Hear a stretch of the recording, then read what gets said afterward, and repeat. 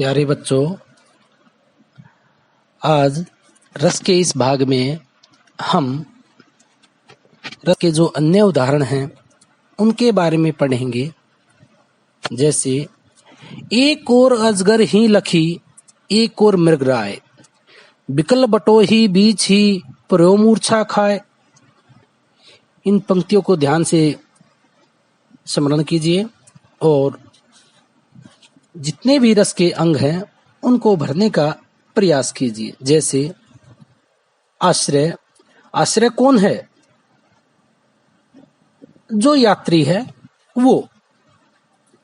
आलंबन, एक तरफ रास्ते में अजगर है और दूसरी तरफ सिंह अर्थात शेर।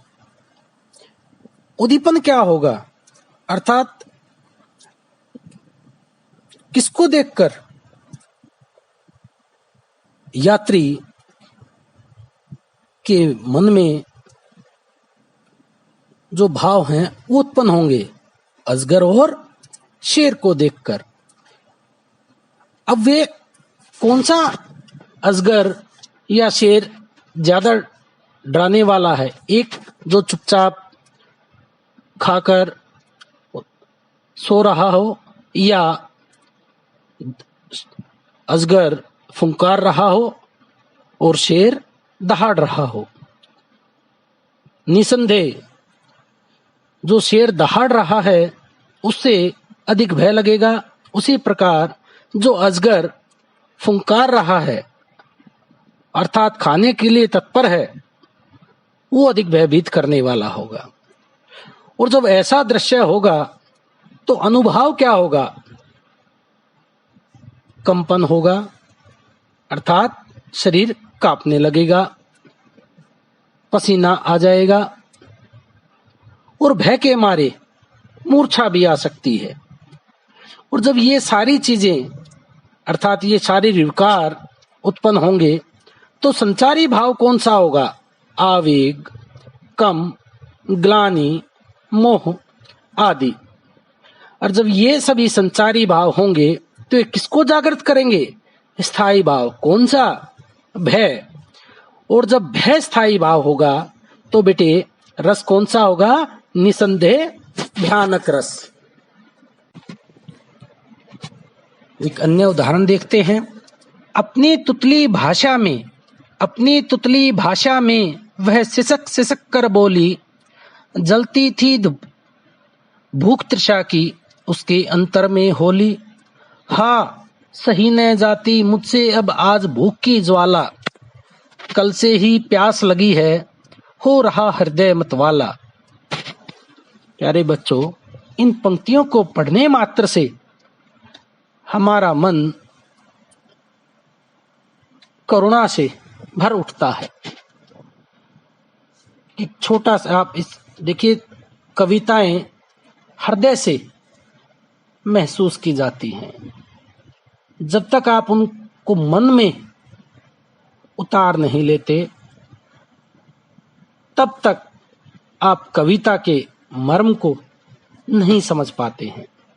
आप इस दृश्य को महसूस कीजिए कि एक छोटी सी बच्ची जो तुतलाकर बोलती है वह सिसक सिसक कर रो रही है और बहुत भूखी है।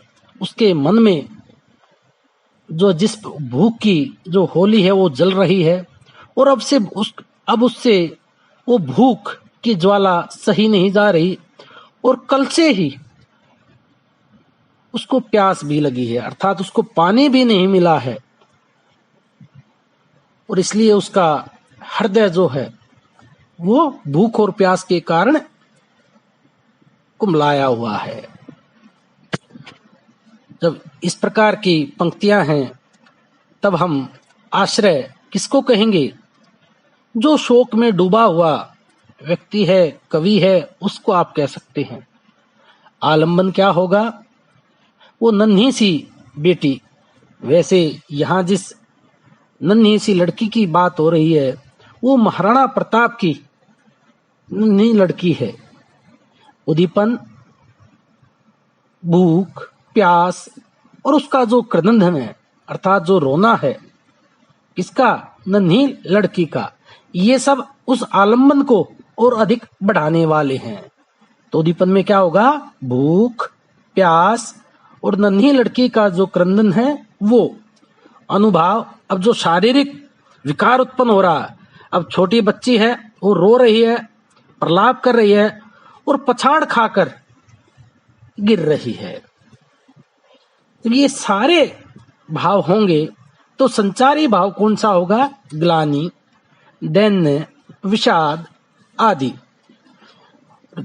बेटे जब ये संचारी भाव होंगे तो स्थायी भाव कौन सा होगा? शोक। और जब स्थायी भाव शोक है तो रस कौन सा होगा? करुण।